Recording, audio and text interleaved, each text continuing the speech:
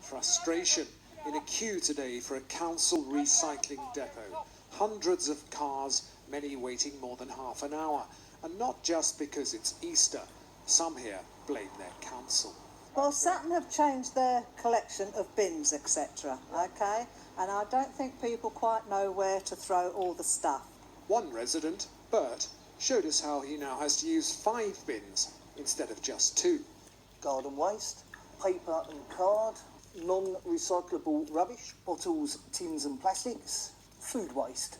He says not only is it confusing, his food waste hasn't been picked up. As you can see, it's really festering by now and it's really starting to smell. It seems they've been inundated with calls and they're really not coping at all. Some Sutton residents have been posting pictures of piles of rubbish on social media. And this man witnessed another long queue at the weekend in Sutton town centre. At its longest, about 300 metres. People went to B&Q to get a free bin because the Sutton Council told thousands of people that free bins were available. It caused a vast queue, lots of very angry people, and families were there, forced to stay there for hours on end, waiting to get their bins. And this opposition councillor says it's all because a new waste collection contract has been agreed, but not introduced properly.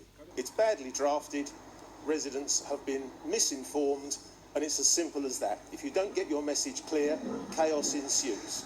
Sutton Council says improved recycling will save £10 million over 8 years. But today, along with the new contractor, it admitted the first week hadn't gone well.